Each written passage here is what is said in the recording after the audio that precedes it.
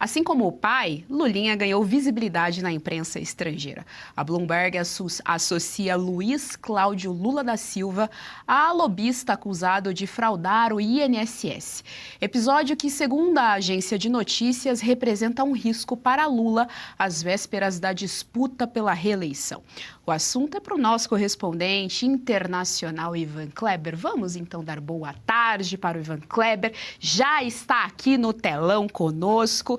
Ivan Kleber, seja muito bem-vindo ao JDL segunda edição. Boa tarde. Boa tarde, Geisiane. Uma saudação especial a você e a toda a nossa audiência que nos acompanha e aqueles que estão assinando aqui, não é? A revista Oeste. Olha, essa questão do Lulinha, ela ganha uma repercussão internacional extremamente importante. A agência de notícias Bloomberg fez uma matéria ontem sobre essa questão e me chama a atenção, não é, justamente o fato da questão do sigilo bancário do Lulinha, mas também dois pontos interessantes que eles abordam nessa matéria. O primeiro deles, o impacto eleitoral que isso possa ter em uma eventual campanha de Lula agora em 2026. E somado a esse fato, Geisiane, eles colocam que a questão da corrupção é um problema para o Partido dos Trabalhadores. Por que será que eles têm essa imagem, né? Por que será que eles colocam isso? Obviamente que eu concordo com essa análise, mas eles ressaltam isso. Nós precisamos trazer aqui algumas análises sobre essa matéria da Bloomberg, Geisiane. A primeira delas, essa questão do escândalo, não é, envolvendo o INSS, e também agora a questão do Banco Master, que a gente vem tratando aqui, não é? Essa repercussão não é de agora, mas realmente, nas últimas semanas, isso eclodiu. Geisiane, quantas matérias nós já trouxemos aqui da mídia internacional, tanto sobre um escândalo como sobre o outro? Em ambos, inevitavelmente, a questão envolvendo o STF acaba entrando nessa espiral, né? Principalmente no caso do Banco Master. Vale sempre lembrar aqui, a semana passada, a revista The Economist publicou uma matéria muito forte, dizendo e trazendo ali as proximidades da Suprema Corte, dos escândalos que ela estaria envolvida com o setor empresarial e com o setor político. E agora aparece o nome, então, do filho do Lula nessa questão toda envolvendo o INSS. Cada tentativa, Geisiane, de impedir a quebra do sigilo de Lulinha só piora a situação no cenário internacional. Eu acredito que parte do establishment brasileiro, o Planalto, o Partido dos Trabalhadores e até mesmo o STF, eles acreditam que estão em 2022, quando nós tínhamos Joe Biden na presidência dos Estados Unidos e quando nós tínhamos toda a mídia internacional apoiando a candidatura de Lula e fechando o olho para quem de fato é Lula. Tanto na questão geopolítica, com sua proximidade em relação à China, à Rússia e até mesmo ao Irã, como ficou bem claro agora recentemente, como suas questões internas. É como se a Lava Jato não tivesse acontecido, o Mensalão não tivesse acontecido, e eles passaram uma borracha nisso em 2022. Só que desde meados do ano passado para cá, a situação está insustentável. É escândalo atrás de escândalo. Eu ainda não acompanhei, mas provavelmente amanhã teremos uma repercussão internacional envolvendo a prisão do Daniel Vorcari, principalmente pelos motivos que já foram analisados brilhantemente aqui pela equipe do jornal. Então, nesse furacão, nesse turbilhão, não é, de notícias ruins, o Lulinha entra nesse contexto. E, com certeza, a pré-candidatura, acho que a gente não pode chamar ele de candidato, né, por conta da lei eleitoral, enfim, o Flávio Bolsonaro pode sim ter uma vantagem política nessa questão. Isso é inegável. O eleitor no Brasil começa a perceber isso, as pesquisas são muito boas para o Flávio Bolsonaro e essa mídia internacional que tanto criticou o pai dele em 2022, que tanto bateu no pai dele em 22, politicamente falando, agora não tem outra alternativa a não ser escancarar os escândalos do PT mundo afora. Até mesmo a questão do carnaval, Geisiane, rapidinho, se você me permite, até isso repercutiu internacionalmente, aquele desfile que a gente analisou aqui também, enfim. Então não tá uma missão muito difícil encontrar notícias positivas para o Partido dos Trabalhadores na mídia internacional, viu, Geisiane?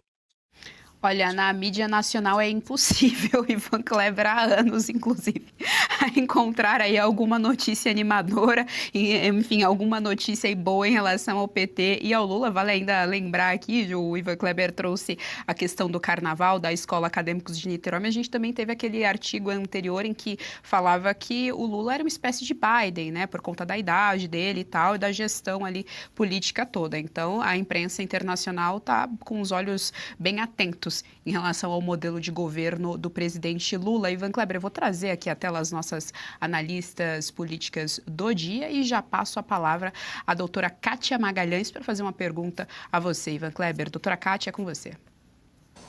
Boa tarde, Ivan. Se a Bloomberg tivesse levado mais algumas horinhas para publicar, ela necessariamente teria falado da decisão de Flávio Dino restaurando o sigilo da lobista Roberta Lunzinger. Aí eu te pergunto, como é que esse tipo de decisão desses supostos togados tem repercutido aí no grau de investimento do país no exterior? E outra coisa, em que medida esses escândalos protagonizados não só pelo PT, mas também e sobretudo por seus aliados de toga, tem aquele impacto que a gente sempre comenta aqui no Jornal do Oeste, aquele impacto de acelerar as investigações lá à luz da seção 301 dos Estados Unidos, Ivan? Boa tarde, doutora Kátia. Olha, sobre a sessão 301, eu vou começar justamente por isso. Nós estamos aguardando o relatório que deve ser publicado agora entre o mês de abril e maio, salvo algum eventual atraso. É muito prematuro nós cravarmos aqui que alguma coisa do Banco Master esteja atrelada a essa questão, porque obviamente que a preparação desse relatório acontece em sigilo. Então a gente precisa aguardar em que as autoridades americanas, em que esse escândalo do Banco Master possa de alguma maneira contaminar o sistema bancário brasileiro como um todo e de consequência representar uma ameaça ao sistema bancário americano, através desta via, aí nós poderemos ter, digamos assim, a anexação do caso Banco Master, ou pelo menos a condução das autoridades brasileiras, que é justamente esse ponto que a doutora Kátia traz, essas decisões dos juízes, né? Aí sim, isso pode dar ali uma via para que o caso Banco Master entre na sessão 301, a sessão 301, que depois, há 10 dias, quando a Suprema Corte mudou a questão das tarifas lá nos Estados Unidos, a sessão 301, na verdade, ela foi turbinada, porque a própria Suprema Corte disse: presidente, o senhor não pode sair aplicando tarifas assim, sem a aprovação do Congresso, mas o senhor já tem a sessão 301, que é um dispositivo legal que não precisa da autorização do Congresso. Então, é algo que a gente precisa monitorar muito. Sobre a decisão do ministro Flávio Dino, a mídia internacional ainda não começou a repercutir. Eu acredito que nós teremos alguma coisa nesse sentido amanhã, mas eu volto aqui de novo na revista The Economist, que alguns dias atrás publicou uma matéria dizendo que a economia do Brasil ela era freada, tinha esse problema, quase como se fosse uma bola de ferro, justamente nas maneiras, digamos assim, utilizadas em Brasília para resolver questões que acabam afetando na economia. Veja bem, doutora Kátia, a Bloomberg é um portal especializado em cobertura de mercado financeiro.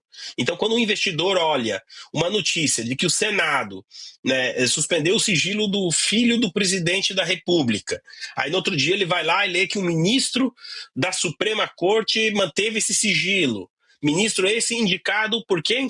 Por Lula. Quer dizer, a senhora investiria em um país com um desenho desse? Possivelmente não, ou reduziria o investimento justamente porque essa situação toda passa um grande risco para os investidores de insegurança jurídica. Agora, a gente precisa ressaltar isso aqui. Essa insegurança jurídica, ela não começou hoje, ela vem desde 2019. Parte da mídia fechou os olhos para o que estava acontecendo. Agora, não teve jeito, empurraram tanta poeira para debaixo do tapete que o tapete agora está engolindo quem ali colocou a poeira. Geisiane, eu devolvo para você. Gostou do conteúdo que viu por aqui no canal da Revista Oeste? Compartilhe e deixe o seu like.